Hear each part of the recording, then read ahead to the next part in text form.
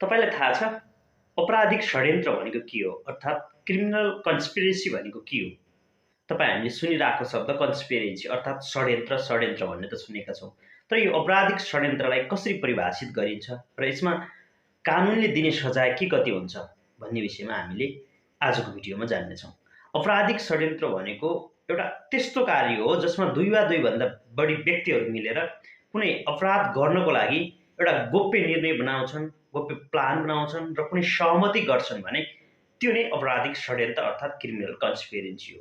यसमा actual crime committed भएको हुँदैन, तर पनि सहमतिलाई नै के मानिन्छ भन्दा कानुनले अपराधको रूपमा मान्दछ। यदि त्यो सहमति कुनै क्राइम गर्नको लागि के छ भन्दाखेरि उद्देश्य अनुरूप चलिरहेको छ अर्थात् कुनै क्राइम कमिट गर्नको लागि ओरिएन्टेड भएको छ भने।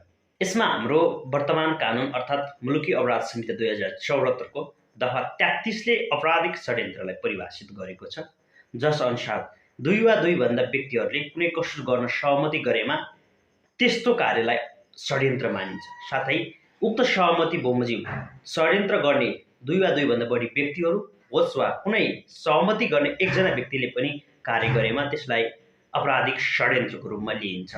आपराधिक षड्यन्त्रमा संलग्न सबै व्यक्तिहरू एकैचोटि क्रिमिनल एक्टमा इन्भल्भ हुनको लागि रेडी भएको हुनुपर्दछ भन्ने हुँदैन।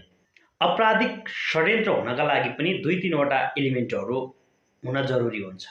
पहिलो भनेको एग्रिमेन्ट अर्थात् सहमति।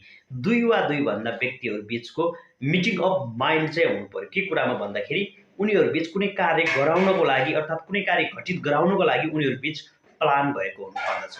यसलाई भनिन्छ मिटिङ अफ माइन्ड है। अब यसमा पनि त्यो मिटिङ अफ माइन्ड विभिन्न तरिकाले हुन सक्छ।